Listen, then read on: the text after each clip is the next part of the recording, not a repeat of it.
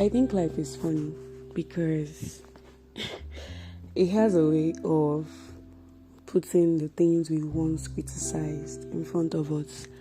And then the amazing thing is, it only gives you the option of either choosing those things or actually suffering for not choosing it. So today, let me talk about suicide. Hi, my name is Mimi. Welcome to A Dash of Colors. Today, I want to talk about suicide because I feel like people have a lot of misconceptions about it, and I see very insensitive comments as regarding it. Maybe because these individuals have not been in a place where they've actually contemplated killing themselves over something that has happened to them. Okay, the first thing you need to understand as a person is that our mental capacities are not the same. People do not handle things the same way. People have different mental strengths. So something that might not be anything to you might be something that could cause a major breakdown for someone else. So when you see someone talking about how they want to die or how the world has ended for them, it's their word. That is how they are built. I'm not trying to justify suicide, of course not, but I'm saying it's more like a mental illness. It is actually a mental illness. So people are not intentionally drinking poisonous substances because they just want to die or because they're too weak or weaker than you are. Of course not. Well, yes, in some points, in some way it is that way, but the truth is you cannot handle the same thing I have handled, and I may not be able to handle yours as well. Let me talk about myself. In September, I lost 6.5 million naira. I fell sick. I was very down because at first I was very clueless. I really did not know how to go about it and everything. But I got over that. In March, right, I lost 10.3 million naira, right? That was even when I started feeling like I was already dying. Then I think by April, the last batch of my money, which was about 7.8 million naira, that one was gone too. In total, in less than 6 months, 23 million naira was gone. I really didn't know what to do because the money involved were not just mine. They also belonged to, there were a part of it that belonged to people. I wasn't sure how to handle it.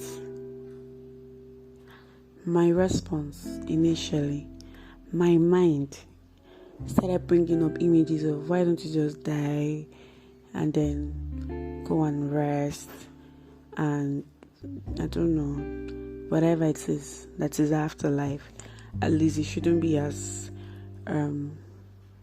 painful as being in a financial mess, right? That was the response I had to all those things that were happening to me. Most of you cannot even handle losing 100,000 naira. Like, most people can't do that. And I have actually lost millions.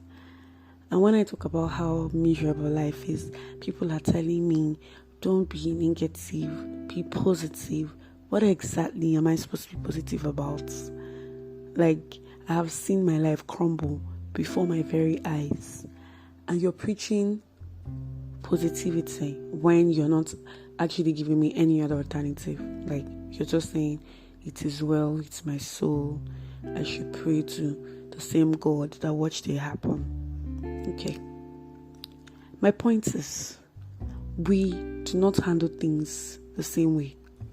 So it's either you refer the person to a mental health practitioner, or you just shut up.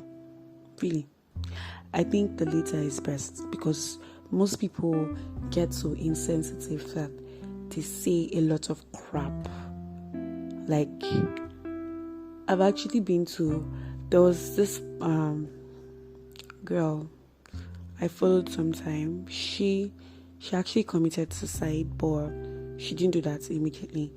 She started making posts for over a year about how depressed she was.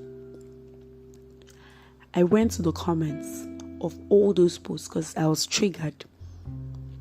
I went to the comments of all those posts, and I was surprised to see people telling her if she wants to die, she should go and die. Or the ones who say you go to hell if you kill yourself. Or the ones who say you're not the only person that is going through things. Like, man, you guys are becoming insensitive. I'm not asking anybody to be sympathetic for me. Of course not. Because really, I don't want to say I'm strong, but I don't think people understand what the fuck I'm going through. So I really do not expect them to understand me. But the least you can do, or the least you owe anybody, is to shut your mouth.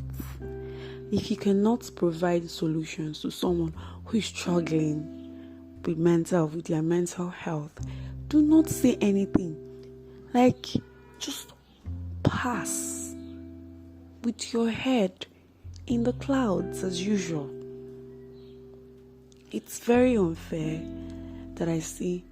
Like, it's crazy because we cannot even, because you guys joke with suicide so much that people are even becoming so scared of talking about their own mental health because of criticisms from people who would say, you can die now. Who cares? You're not the only person on earth. Like, what nonsense? Are you threatening us? What importance are you to us? Like, God, it's very unnecessary. It's very unnecessary. When I was having my flashes of dying and all those things, there was nobody I was talking to. Nobody knew. I just sit in my room, and then those are the thoughts in my head. I had to leave social media because, man, I couldn't deal with the noise. And then people are constantly making it seem like people who talk about how depressed or how low they are weak. I can't handle a situation the same way you would handle it if you were in my shoes. I can't. That's why your name is John and I am Chineye or Mimi, whatever you guys call me. We're different people with different mental strengths. So if you're not going to offer solution to someone who's struggling with their mental health, who has problems overwhelming them, shut the fuck up. Like, you don't have to speak. You don't have to say anything. You don't have to post on your status.